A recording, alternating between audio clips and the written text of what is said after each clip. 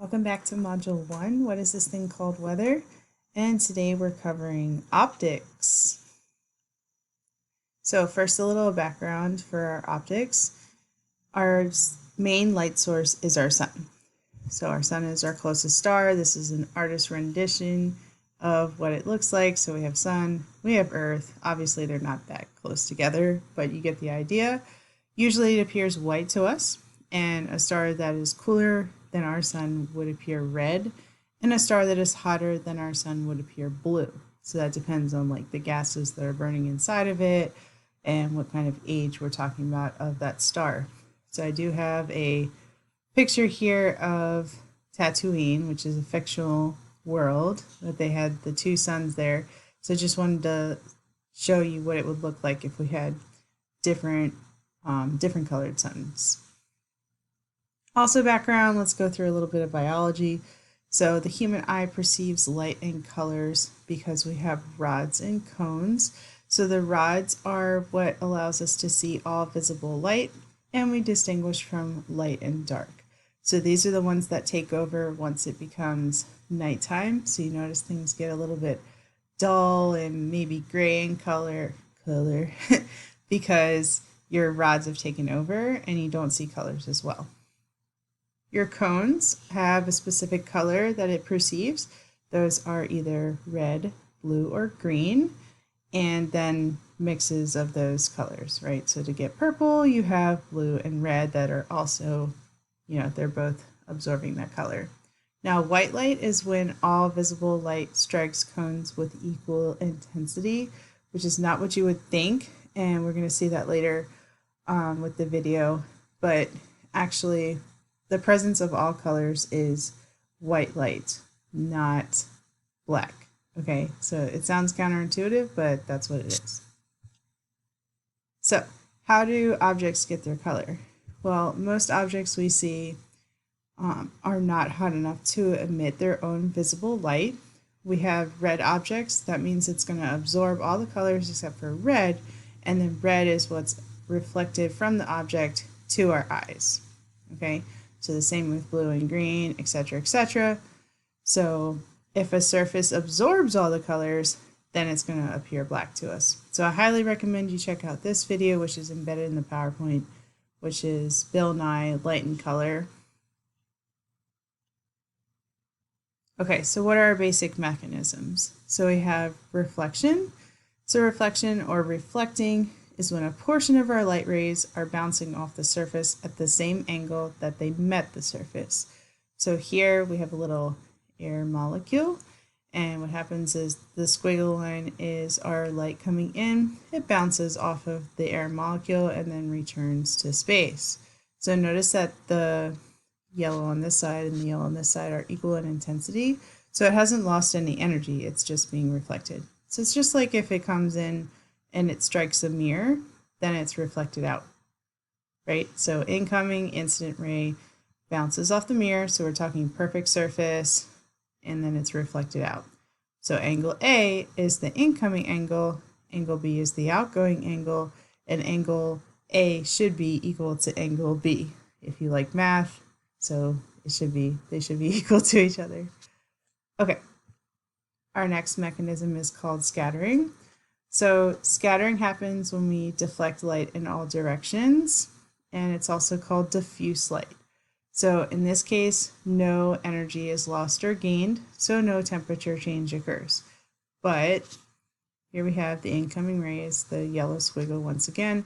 It strikes the air molecule, and in this case, boop, it goes out in all directions. Notice that the little squiggles have less intensity than the one that came in. That's what scattering is.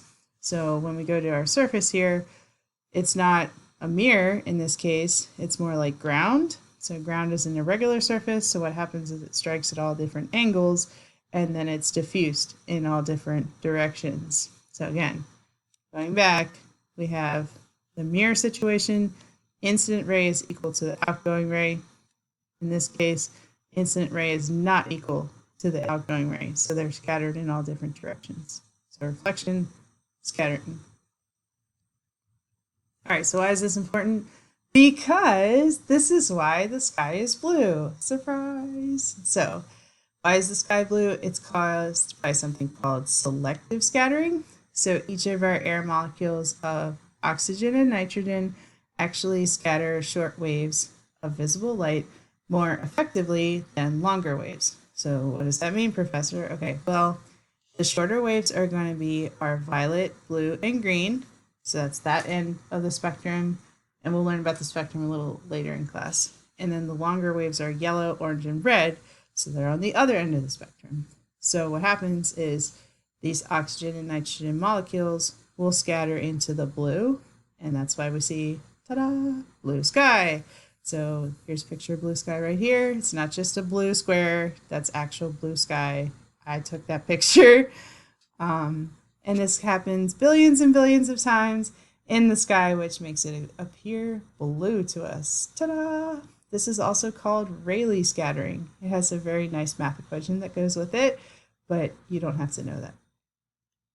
Okay, so something else that is related to scattering is haze. So we have particles that are in the atmosphere that diminish our visibility. We call that haze. Here's a picture of DC. This is like a typical summer day.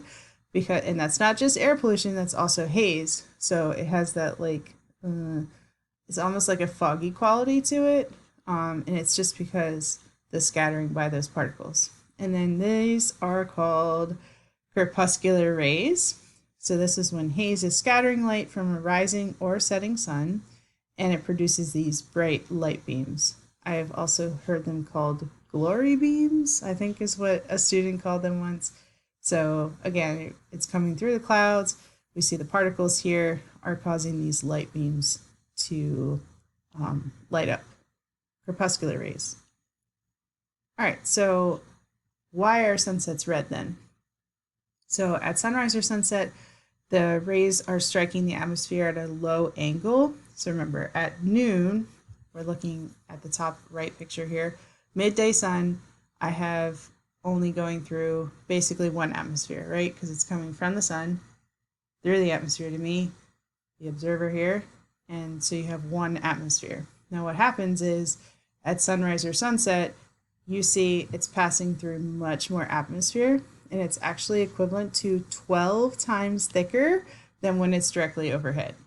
So directly overhead equals 1, and when it's at the horizon, it's 12. So it's 12 times more. So it's like I took the atmosphere from this and I made it this way 12 times. So it's going through a lot more atmosphere is my point. And therefore there's more scattering. So we know it already scatters into the blue. So when I pass through even more atmosphere, then I get what? Going into the red. So hence, when we have sunrise or sunset, we have a red sunset because of all the scattering.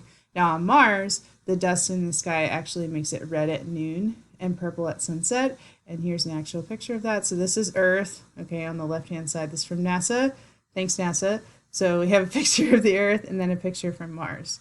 So it's kind of interesting. Please keep in mind that Mars's atmosphere is really, really thin. So that's why that occurs.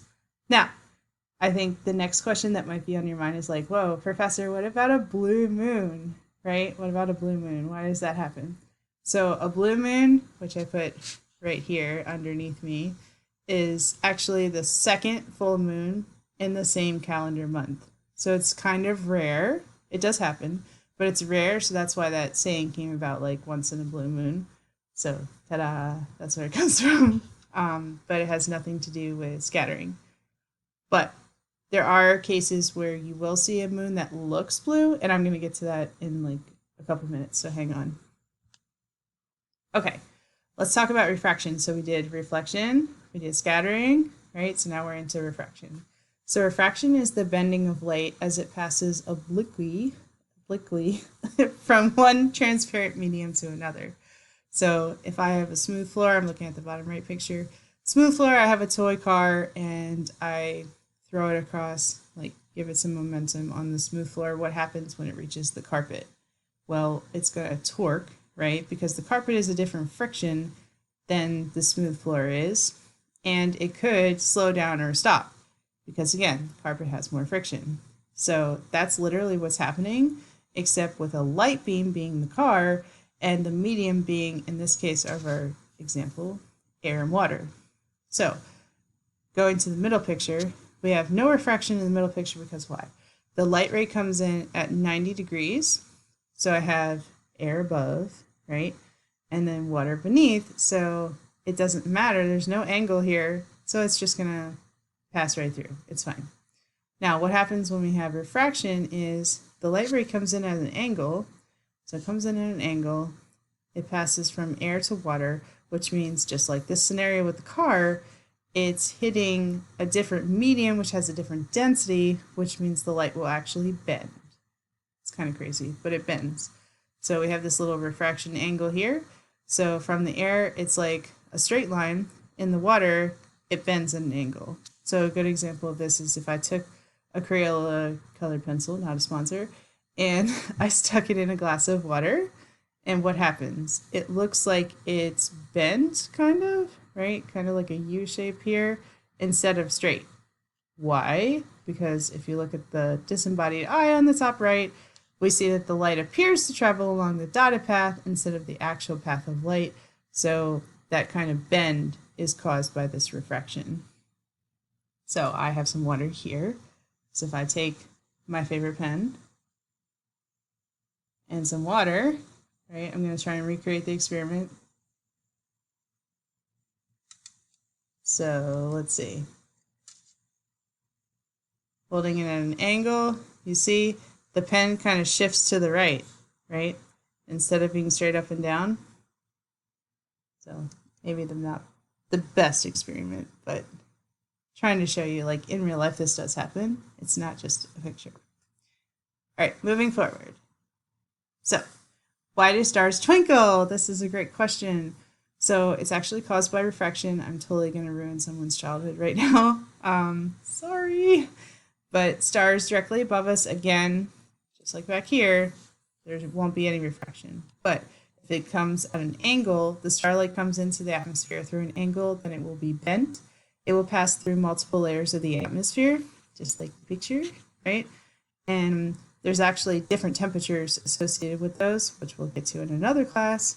And therefore, the star will appear higher than it actually is because we can't detect the light path that's being bent. So the star twinkles because it's passing through the different layers of the atmosphere, different densities, and different temperatures. Ta-da! Refraction. Okay, we're also going to talk briefly about Twilight. This is not the movie, okay? This is the actual time after sunset and before sunrise when the sky remains illuminated. So you can still see stuff, right? Who knows that, right? So like the sun's gone down below the horizon, just like the picture here, but I can still see things, right? So it's after sunset, but I can still see things. That's twilight. So that occurs because of the scattering in the atmosphere. Kind of cool. Instead of like, you know, like the sun goes below the horizon, then boom, it's instantly dark. We don't have that. We have like a slow, gradual, you've probably never thought of this, but like a slow, gradual into darkness situation until it's sunrise the next day.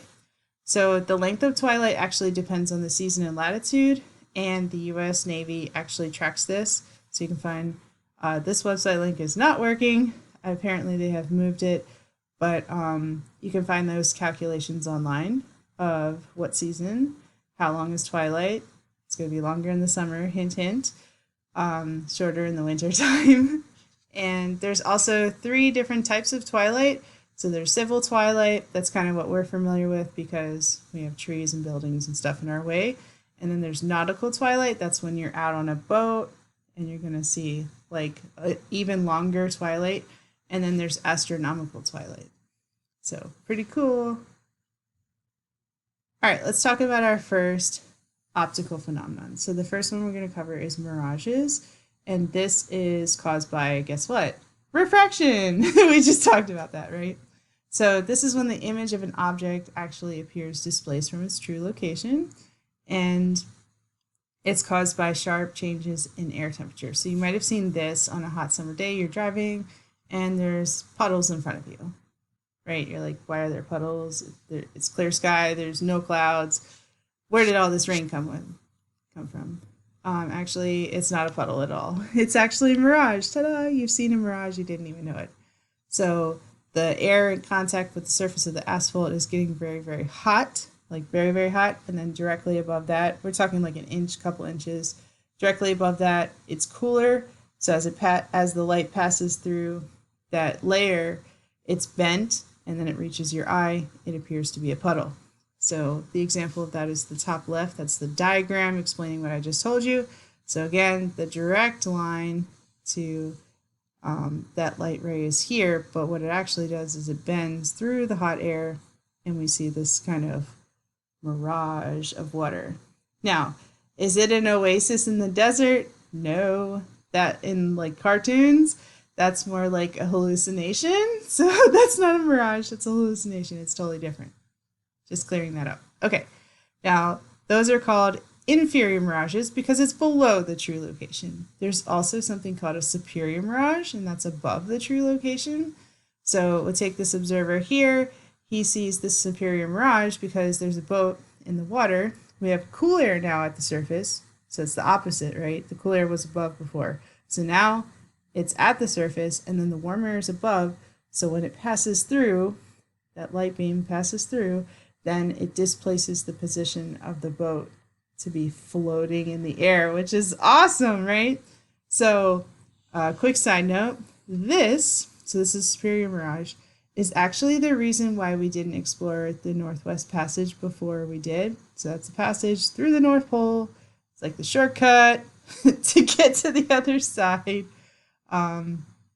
We want to do that for like trade and getting to Russia, from the Europeans over to Russia, cross through the North Pole. So when they get there, there was a superior mirage, right? Because the water is cold up there, and they thought that the icebergs were mountains. Uh-oh. Oh no, there's mountains here. I can't pass through here with a boat, right? And then some person said sometime like, I'm just going to go and whatever happens, happens. And that's how we eventually explored the Northwest Passage. But I think that's kind of interesting, and this happens a lot in northern seas. I'm guessing southern seas too, but definitely northern seas. Okay, our next phenomenon is called a halo. So a halo is a narrow whitish ring of large diameter which is centered around the sun, and it's commonly observed to be a 22-degree halo, and they occur in the morning or late afternoon. It appears when there is a thin layer of cirrus or cirrostratus. So you heard this in the last lecture. The ring around the moon means rain or snow soon. So it's the indicator that a storm system is coming. We have those thin clouds coming ahead of it. There are also 46-degree halos, and they are caused by different shaped ice crystals. So we have plates, columns, cap columns, and pencils. So here you see the little ice crystals. The light ray shines through the ice crystal, and then it creates this ring. So this is all like millions and billions of little ice crystals making this, which is kind of awesome. So that's what one looks like. Now, it can also be super, super complex. So in very northern latitudes, you can see all of this stuff. So what is all this stuff? The text on the right, the text on the left is the same. Okay, so here's the 22-degree halo, which is super common. We see it in the mid-latitudes all the time. You can also get something called an upper tangent arc, which is caused by only column crystals, and it makes this kind of like wave at the top. And then there's a circumzenal arc, which is all the way at the top here. Kind of looks like a moon or something. So there it is, and that is caused by plate ice crystals.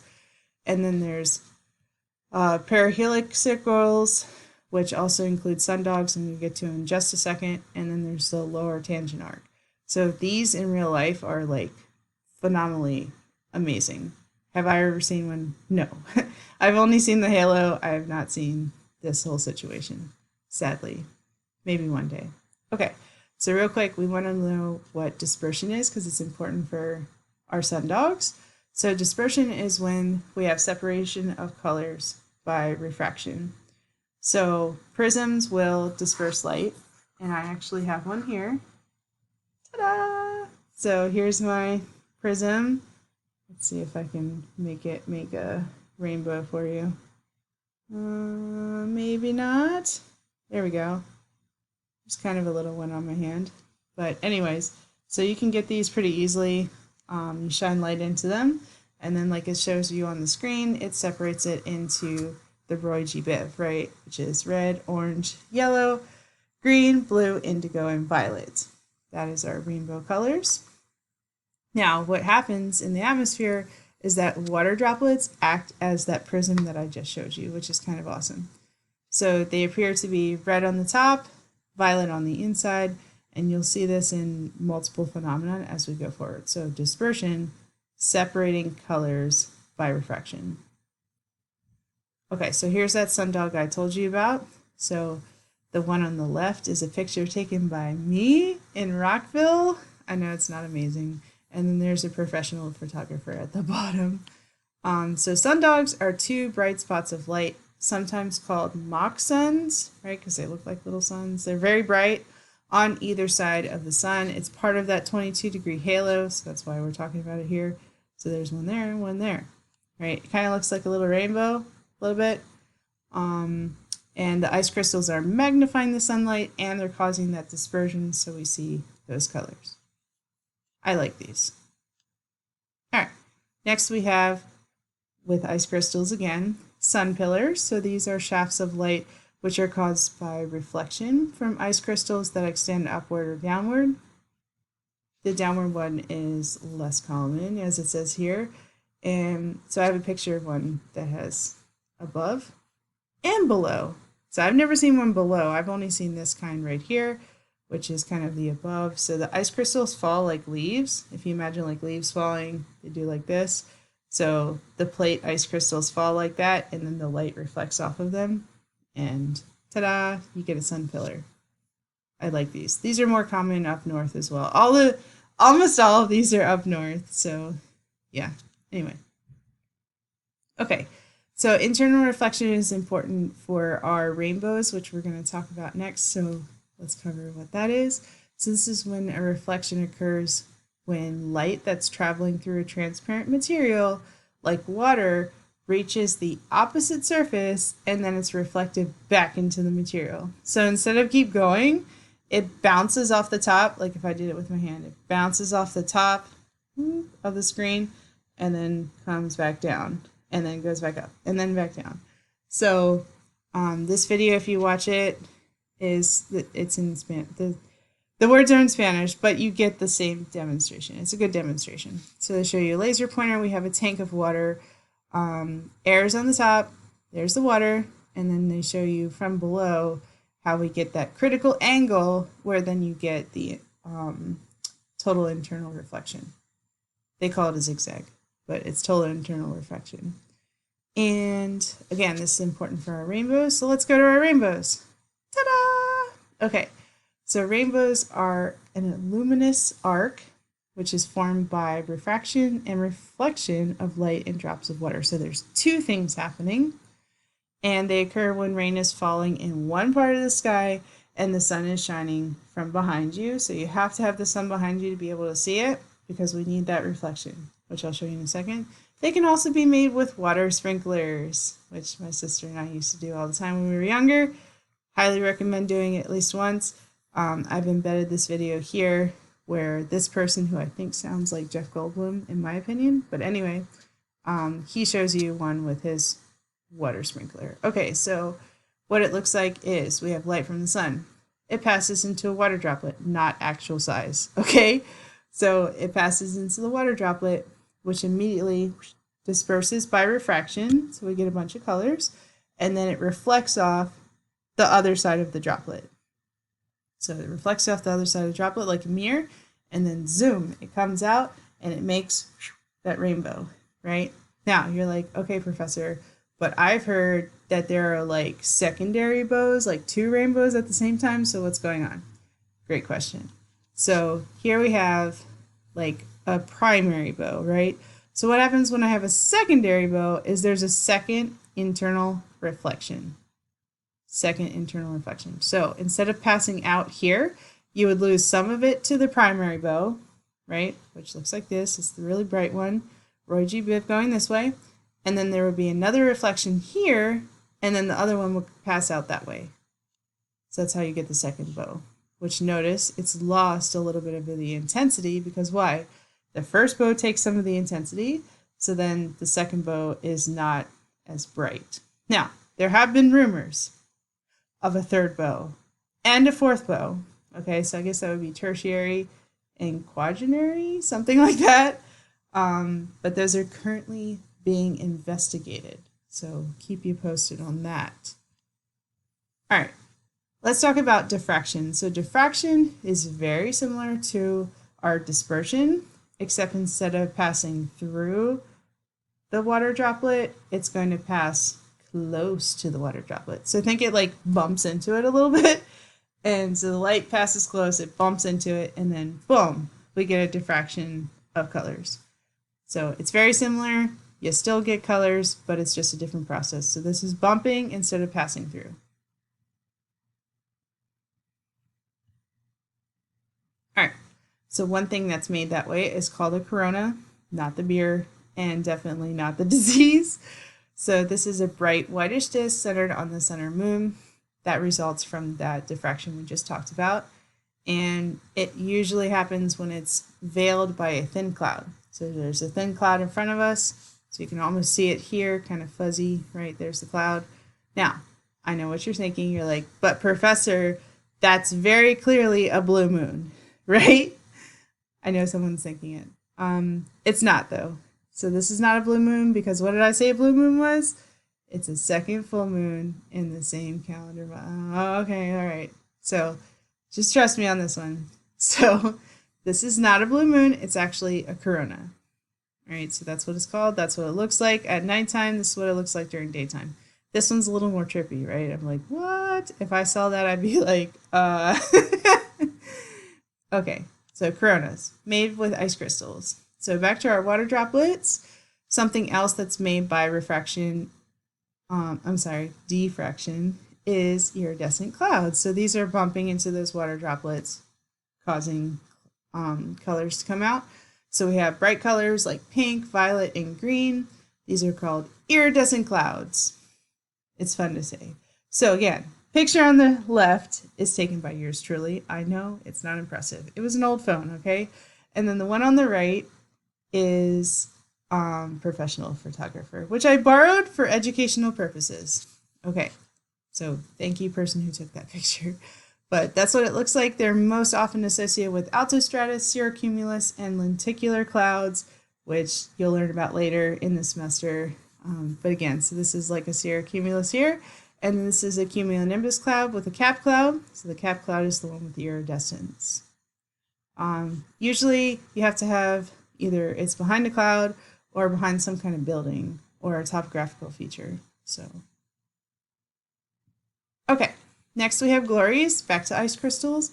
So these are a series of colored rings. Mostly these happen around some kind of shadow. Okay, so you see the two pictures we have. One is an airplane. So very important, it's best observed from the air, and there's a reason for that because they are backscattered. So instead of the scattering going forward, oh, there's a thunderstorm here right now. Instead of the so ironic when I'm talking about weather. Anyway, instead of the scattering going forward, it actually goes back towards the observer. So that's why you get these kind of rings. They look very similar to what? The coronas. So again, this is, but it's not from looking forward, right? So the other ones I was looking at the sun, looking at the sun, and you saw that corona. In this case, I'm looking down, the sun's behind me, and I'm getting the same image. Does that make sense? So it's kind of backwards, right? And then this one is over some kind of geyser. We have an observer who's taking the picture, and the backscattering is causing that to reflect towards us. Okay, so I asked in class, have you seen any of these in real life? I'm hoping that you've seen at least a rainbow and a halo, because those are kind of the most common. The other ones are really neat. I don't think I've seen most of them in real life, except for the sun pillar, and maybe that blue moon feature, which is the corona. So anyway, be on the lookout, but only do it when it's safe. And definitely don't take pictures while you're driving like I do. Okay, there's the vocabulary link. So I have an activity that we were going to do in class. So I have for you my cat's laser pointer. I have a cup of air, which I'll put here. I have a cup of water, which I will put here. I hope this works. And I have a cup of Jello, clear Jello. Sorry, it had a lid on it. Ta-da! Clear Jello. So I'll put that over here. All right, you can clearly see them, and then I'll hold them up. So if I pass the laser through the air, what happens? Nothing. You don't see anything, right? This isn't going to work. All right, you saw them. I'll bring them up one at a time. Okay. Let me make me bigger.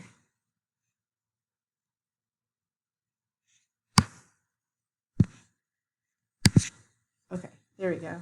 So if I pass the laser through this, what do I see? Nothing. So I promise it's working. Maybe I'll put it on myself. There, you can see it does work. I'm not faking. Okay, so here, laser passes right through because it's air. Now, if I had some like smoke in here with a lid, you might be able to see the laser, but right now it's just air, so it passes right through. All right, number 2, we have water. Now, should you be able to see the laser in the water? No, because again, there's no scattering agent, so I shouldn't be able to see it. So let's try it. All right, well, it reflects a little bit because I have a plastic cup, but otherwise I can't see a line of the laser passing through it because why? Again, no scattering agent. Okay, time for the Jello. I'm excited for the Jello. All right, so clear Jello, clear as it gets. Here it goes. What? Check it out, right? So you see a little bit of a laser line because why? There are other things in the Jello that are causing scattering so you can see the laser. Okay, so pretty awesome. Now, second experiment. Okay, I have red Jello. Not a sponsor, by the way. Green Jello. And we have the clear Jello again. He's going to pull double duty for us. So I'll bring him up one at a time. So first, let's go back to the control. Clear Jello. So I have laser. When it passes through, what happens? It just passes right through, right? So you're seeing it on my hand over here, pinky. All right, so it goes right into my hand, and we see a line passing through. All right, let's try the green one next. So here's the green one. So it has a dye agent that's making it green. I have a red laser. So let's see what happens. It's a little bit harder to see, right? So what should happen is because the green is absorbing all colors except for green and reflecting it towards us, we shouldn't see the laser at all. Now, do we see it? Yes, a little bit, because it's mostly water, right? All right, let's check out the red one. This one should make it what? Brighter. So let's see what happens. Yeah, there it is. Oops, my hand's in the way. So we see the laser right there, passing all the way through and hitting my hand. All right, so that was absorption and reflection. My last experiment is to show you refraction. So I'm going to take these different cups and show you from below, just like that experiment that I put the link for.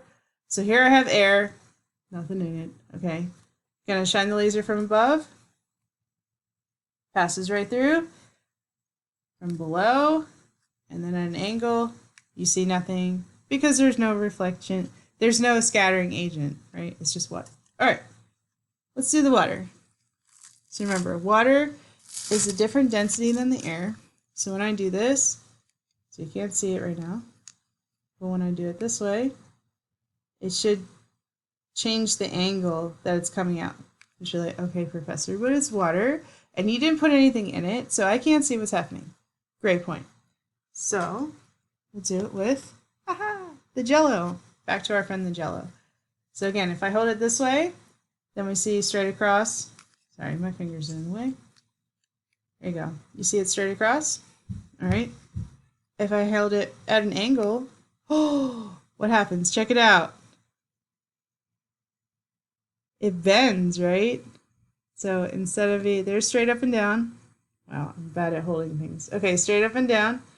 As I turn it, it makes like this weird kind of angle. So that is an example of refraction. Just out of curiosity, let's try the green. Nothing happens. And let's try the red. You sort of see it in there. A little bit. Alright, so that was my in-class demo. Hopefully you enjoyed it. I hope you enjoyed this optics class, and I'll see you next time.